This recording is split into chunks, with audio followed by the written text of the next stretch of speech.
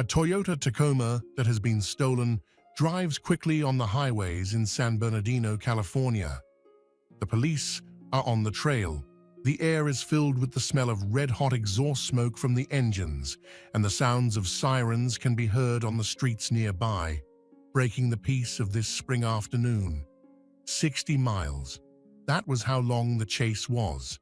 Police were driving their cars to their limits for an amazing 60 miles while trying to catch a person they thought was a murderer and a thief. Because Chris Spots finally had to stop his car, he knew the game was over. He didn't want to give up, though. As the police surrounded his car with guns drawn, they hoped Chris would see sense and turn himself in. From the front seat of the Tacoma, there was a loud pop. The police knew there was no way they could question Chris. The only thing they wanted to do was ask him about Adea Shabani, a local actress who had gone missing. But how did all of this happen on what seemed like a normal spring afternoon? Adea Shabani has wanted to be a star since she was a little girl.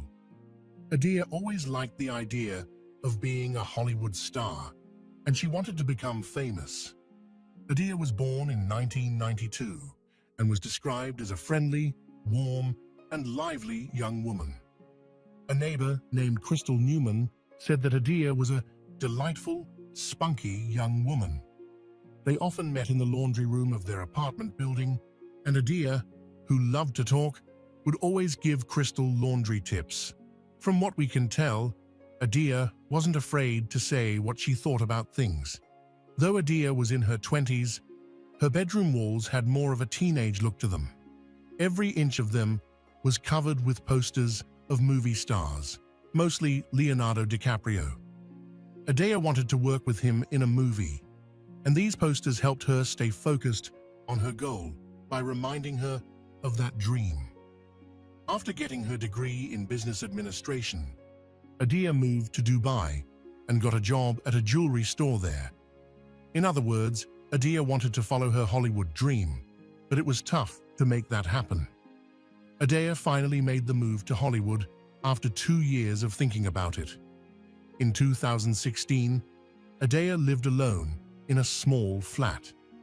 At first, the place felt very strange to her, but she made it her home by putting fresh flowers in vases and decorating it with a lot of posters. Adea knew that going to acting school was the first thing she needed to do to become a star that same year. She then signed up for the Stella Adler Academy of Acting, which is a very well-known and respected acting school. Adea took school very seriously. It was rare for her to miss a lesson, but she always went to all of her classes. In addition to acting, Adea used social media a lot, which is pretty important these days if you want to get your name out there. She loved sharing random things on social media. She didn't have any power or anything. It was just for fun for her to tell everyone what she was doing. And it also let her family and friends back home know that she was okay. Adea had a friend named Christian Combs from Stella Adler who remembered how serious she was about school. It was clear to him that Adea wanted to finish school and be ready for her future career. She wasn't the type to leave in the middle of a show. Christian said that Adea was fun, funny, full of energy, and a great friend. Adea got a few small jobs, which kept her going while she looked for bigger opportunities. Adea looked like she was having a great time at the Stella Adler Studio of Acting. This is also where she met Christopher Spots, who would become very important to her. Chris, who was born and raised in Colorado, went to the acting school and graduated from the University of Northern Colorado in 2009 with a degree in psychology. Not only was he new to acting, but Chris had already been in a short film and a few documentaries. Chris and Adea met in class one day and hit it off right away. But Chris didn't tell many people about their relationship. Not even Adea's friends, co-workers, and teachers knew she was seeing someone. And there might have been a reason for that. The truth was that Chris was already married to a woman named Mary Elmalak. Adea knew about Mary and Chris, which was strange, but we don't know if it was true the other way around. Even though Adea didn't mind Chris's fiancé, the two would break up and get back together all the time. Some of Adea's close friends, who knew how serious her relationship with Chris was, said that Chris actually proposed to Adea, which meant that Chris now had two fiancés. Adea seemed to be busy planning her wedding at the time of the case, but for some reason, on February 26, 2018, this wedding had to be called off. This is because Adea didn't show up to school for her classes, and she would never come back. Adea had a very important acting class on February 26th, a Monday morning.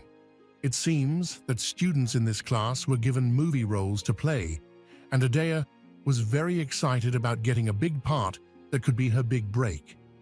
Adea was supposed to be here, but she wasn't.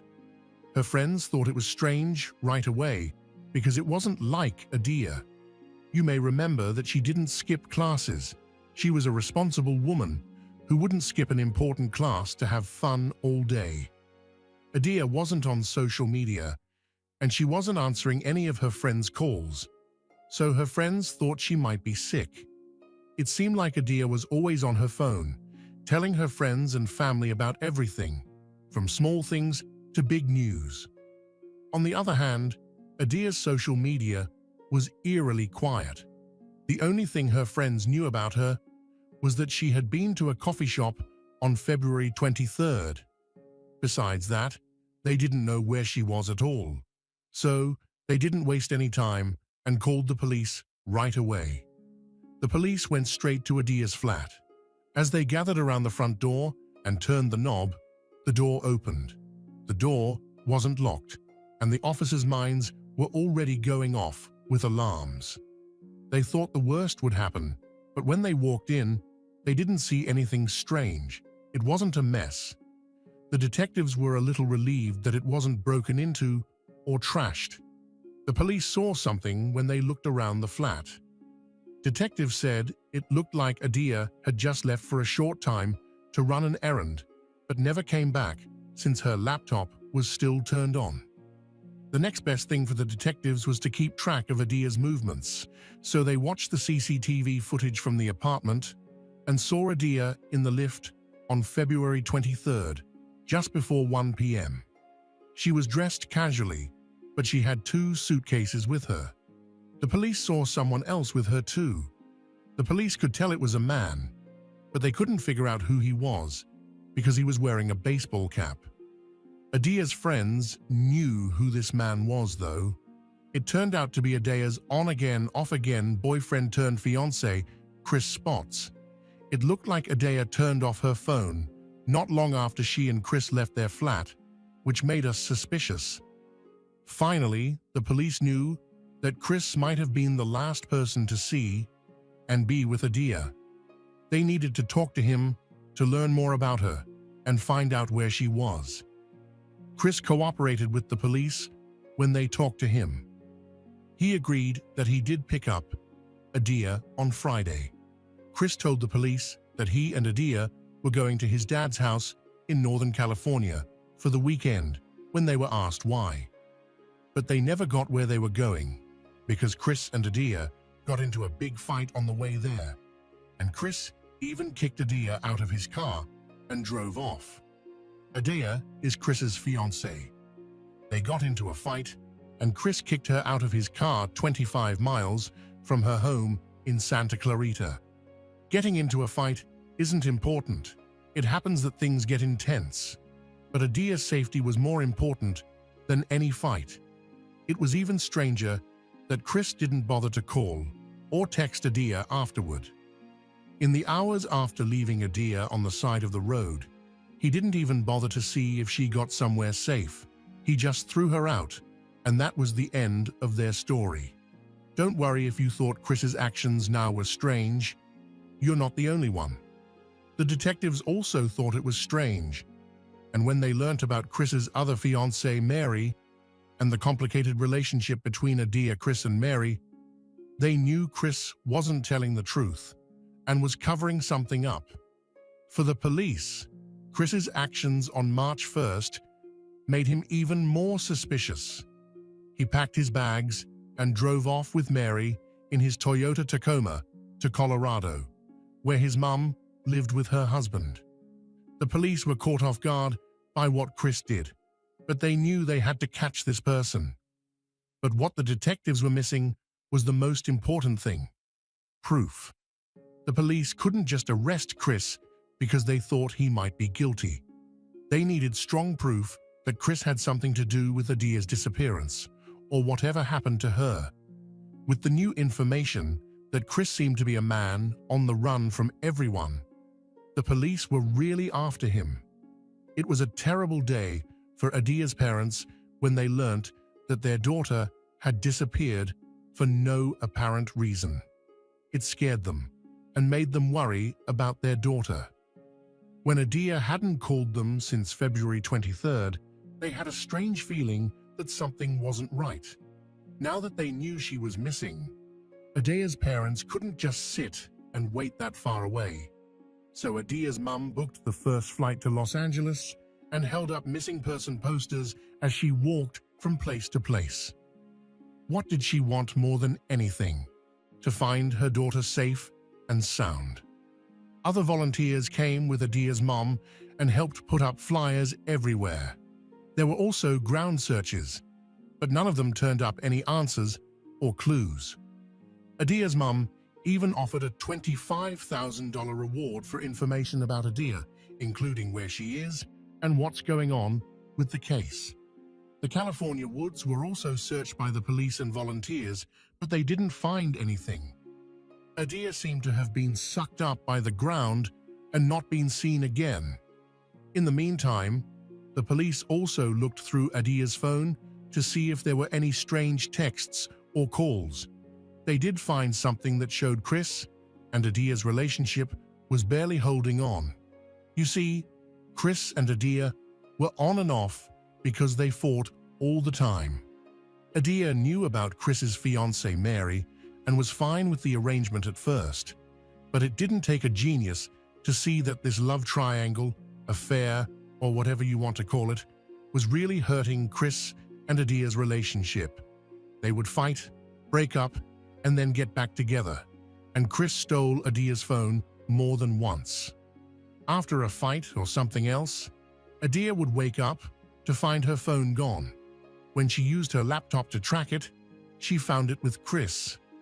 A friend of Adia's also said that she and Chris got into a very heated argument on Valentine's Day, and that Chris even tried to suffocate Adia so badly that she passed out. But here's the thing. It looked like Adia didn't remember anything. We're not sure why or how she can't remember, but we do know that when she woke up the next morning, her phone was gone again. Of course, it was with Chris when she found it. When Adia later told Chris that he had touched her, Chris said that it had not happened and that Adia had passed out at the restaurant where they were celebrating Valentine's Day. I think he told her that she had passed out because she was so drunk, but this was never fully explained.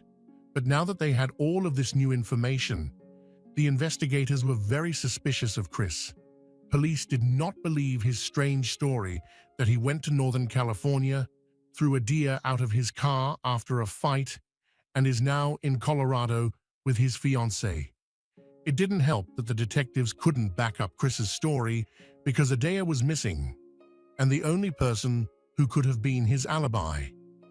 As the police looked into Chris's past, they found something else very strange. Do you remember the Tacoma Chris drove?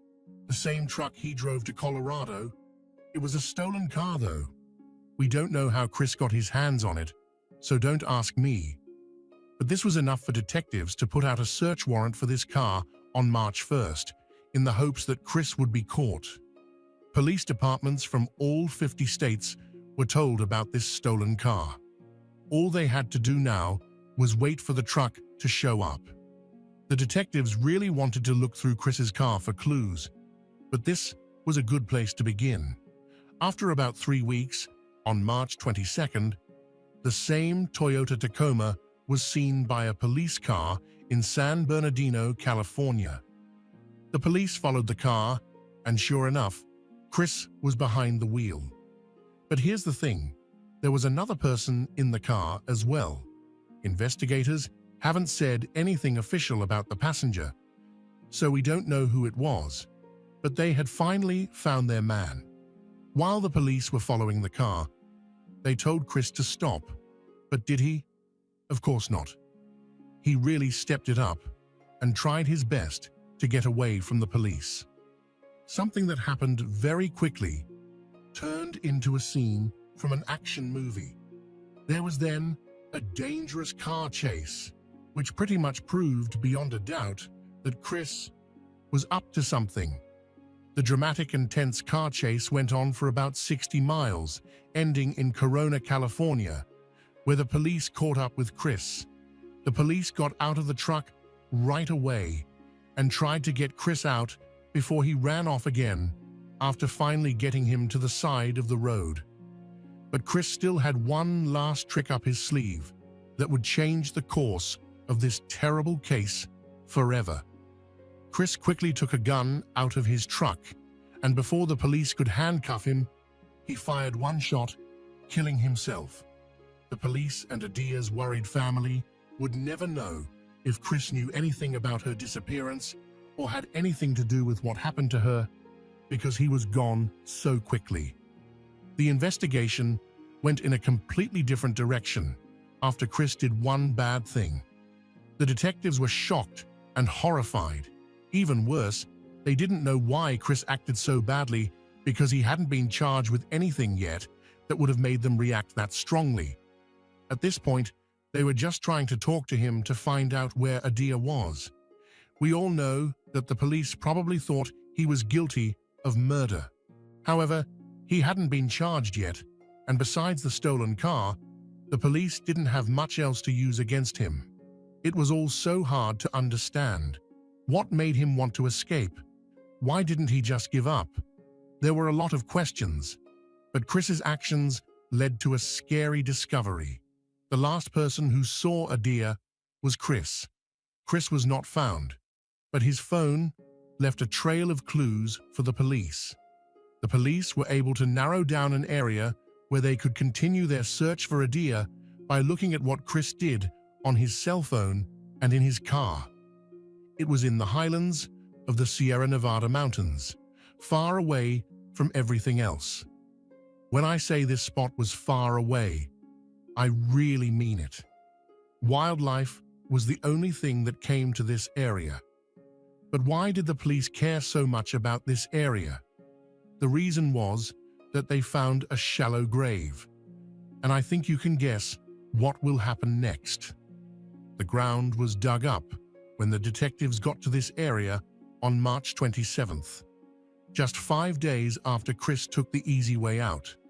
They knew right away what they were looking at. The body was that of a woman, but the police couldn't figure out who the body belonged to just by looking at it. Tattoos on the body helped police figure out who the person was, but they still had to confirm what they thought. Through dental records and tattoos, the body of the woman the next day was identified as that of Adia Shabani, who is 25 years old. She died because she was hit in the head with something hard. It was a terrible shock for Adia's family to learn this. Everyone was holding out hope that Adia was still alive, but a month after she went missing, her dead body was found.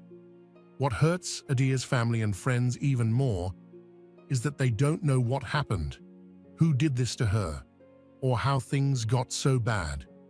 Many people think Chris killed the person, but they will never know for sure, because Chris was gone, just like Adia. Adia's death was officially ruled a murder, but the police still couldn't figure out what happened before her sad and untimely death. The detectives did notice one thing that made them even more suspicious of Chris. He lied to them. Someone who is close to Adia came forward and said that Adia had told her that she and Chris would be going to his uncle's funeral on February 23rd. It looks like Chris's uncle, who lived in Sacramento, had a heart attack and died.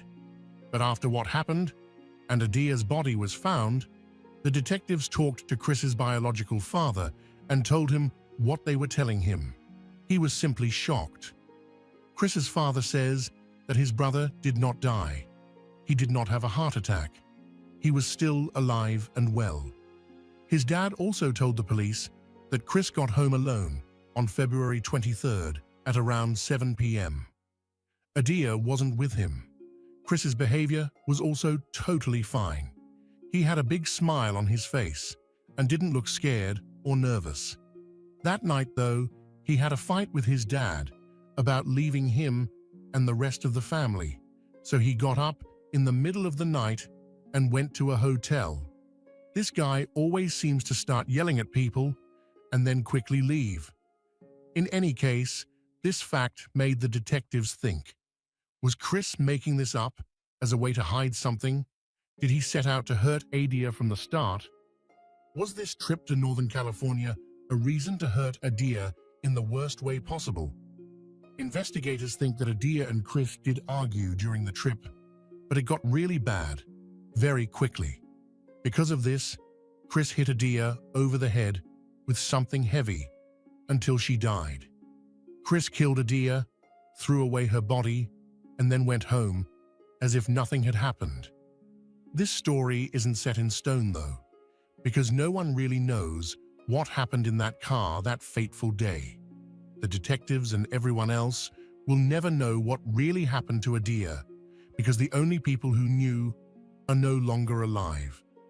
Adia's family is very sad because they know that the person who killed their daughter will never be punished. Even though Chris killed Adia, he will never be tried or sentenced for it. Chris will never be able to look at the walls of prison and think about what he did. Adia's family will never get to see her become a movie star and work with her idols and favorite actors. She had many dreams and was on her way to making them come true. But one day and one moment changed everything and put an end to all of her hopes. This case is really bad. It breaks my heart to think that Adia's family will never be able to move on with their lives. Adia did die, but how and why? Everyone in the Shabani family will always wonder about these things. I think the most important thing to learn from this is to stay close to the people you love and trust. Adia, she knew she couldn't believe Chris. He was seeing two different women at the same time. It's easy to think, maybe I'll be the one to change them, or maybe they won't lie to or sneak around on me. But this doesn't happen very often, if ever. Guys, do not let people you cannot trust bring you down. What are we doing if you can't be your whole self around other people and know that they'll always be there for you, no matter what? You shouldn't waste your time on mean people. I just wish Adia had known that sooner. That's the end of today's case. If it left you thinking, make sure to hit like, subscribe, and ring the bell for more true crime content. Share your theories in the comments. I'm always reading. Until next time, stay safe and keep questioning everything.